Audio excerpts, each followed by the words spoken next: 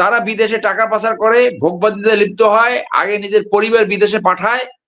অর্থাৎ বাংলাদেশের মানুষের পকেট কাটা, বাংলাদেশের মানুষকে এই অপশাসন দুঃশাসনে নিপতিত করা, বাংলাদেশের মানুষকে লুটপাট করা, এইগুলোই এমপিদের একটা হাতিয়ার। এমপি হইলে আইন ভঙ্গ করে, কিন্তু আইনকে জামাত তো প্রভাবিত বলছে করে যে এগুলো এগুলো করা করতে যায়। দিবে না তারা। এই জায়গায় জামাত তো বলছে এই জায়গায় আমার ব্যক্তিগত অবস্থান, আপনি জানেন যে আমি অন্তত ডজন ডজন সারোয়ার ভাই 10 সেকেন্ড, সারোয়ার ভাই 10 সেকেন্ড বলেন। হাসিনা আক্তার কোন দল বলে নির্বাচনের আগে যে আমরা গিয়ে লুটপাট করব, আমরা গিয়ে অসৎ হব? জামাত যেটা ওয়াদা করতেছে যে ওরা ট্যাক্স ফ্রি। আরে ওয়াদা তো জামাত কেন, সবাই করছে, আপনি খালি জামাতকে সিঙ্গেল আউট করছেন কেন? বিএনপি কি বলছে যে আমরা গিয়ে লুটপাট করব? যারা অলরেডি করছে, বিএনপি তো দুর্নীতির কথাটা বলে নাই। দুর্নীতি ওনারা যে প্ল্যানের কথা বলছে, সেই প্ল্যানে ওনারা বলছেন যে মানে তারেক রহমান লন্ডন থাকা অবস্থায় বলছেন যে আমরা মেগা প্রজেক্ট করব না, কারণ মেগা দুর্নীতি হয় মেগা প্রজেক্ট করলে।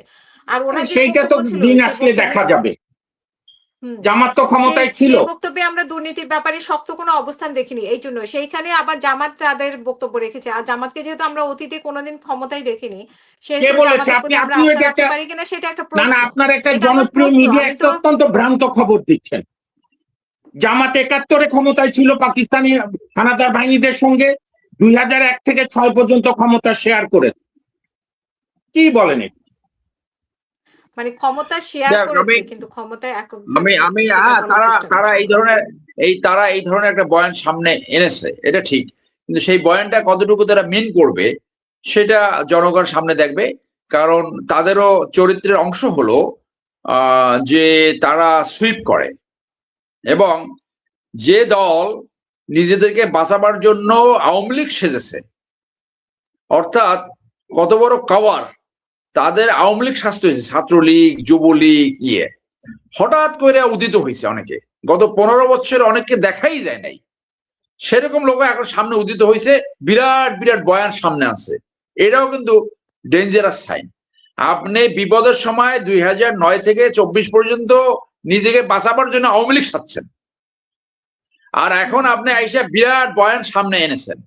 সো এই বয়ান আপনি কতটুকু সত্যিকারে ইমপ্লিমেন্ট করবেন অথবা মিন করেন সেটা কিন্তু সময় বলে দেবে। সেই জন্য বলছি যে আমার জায়গা থেকে আমি জনগণের সামনে এশিওর করতে পারি, আমার অবস্থান যারা জানে, যে একজন এমপি যদি দুর্নীতি না করে, একজন এমপি যদি চাঁদা না খায়, একজন এমপি যদি মাদক ব্যবসার সাথে জড়িত না থাকে, একজন এমপি যদি কমিশন না খায়, তাহলে তার এরিয়ায় এইগুলো সব বন্ধ করা যায়। চাঁদাবাজি, মাদক ব্যবসা, এই হানাহানি, আপনার এই যে টেন্ডার বাণিজ্য, এগুলো সব বন্ধ করা যায়। সো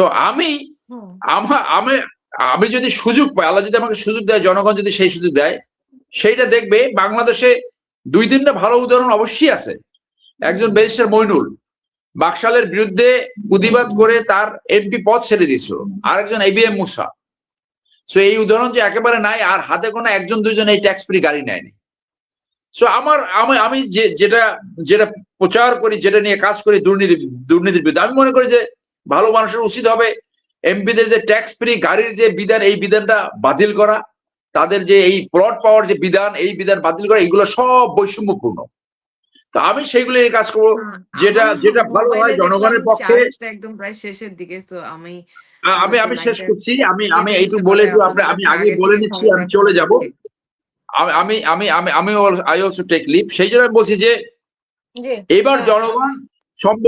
এবার জনগণ যারা এই কথা বলবে চাঁদাবাজ মুক্ত, দুর্নীতি মুক্ত, সেই দিকে জনগণ যেতে পারে, জনগণ সেখানে যেতে পারে। কারণ চাঁদা এবং দুর্নীতি এবং ঘুষ বাণিজ্যে মানুষ একেবারে অস্থির, মানুষ একেবারে মানে দিশার হয়ে গেছে, মানুষ মানে কোথাও কিছু বলার জায়গা নাই। সেই সাথে এইটুকু অ্যাড করবো যে আমাদের যে পুলিশি ব্যবস্থা এবং বিচার ব্যবস্থা একেবারে নিম্ন মানে চলে আসছে, একেবারে নিম্ন জায়গায়। মামুন ভাই যেটা বলো না, এই যে মিথ্যা মামলা টামলা, এইটা একেবারে বন্য সমাজে আমরা পরিণত হচ্ছি, এবং আমাদের ট্রাফিক শৃঙ্খলা একেবারে বন্যতার দিকে চলে গেছে। বন্যতা মানে যখন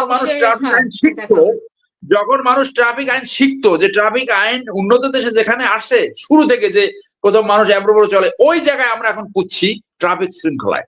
হ্যাঁ, সেই সাথে আমি এটা বলে রাখি যে ঠিক আছে, অনেকে ভাবে বিএনপি ক্ষমতা আসবে, হয়তো আসবে, কিন্তু এই যে তারেক সাহেব আসার পরে যে গতকালকে দেখলাম 20 কিলোমিটার জ্যাম হয়েছে, তার নিরাপত্তার নামে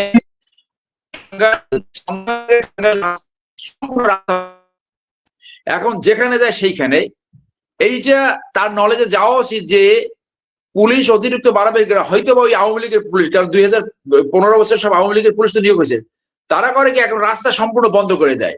এইতে মানুষের কিন্তু একটা ক্ষোভের সৃষ্টি হচ্ছে, একদম এই মারাত্মক ভাবে কিন্তু ক্ষোভের সৃষ্টি হচ্ছে। আপনি দেখেন যে এই 300 মিনিট কি করছে।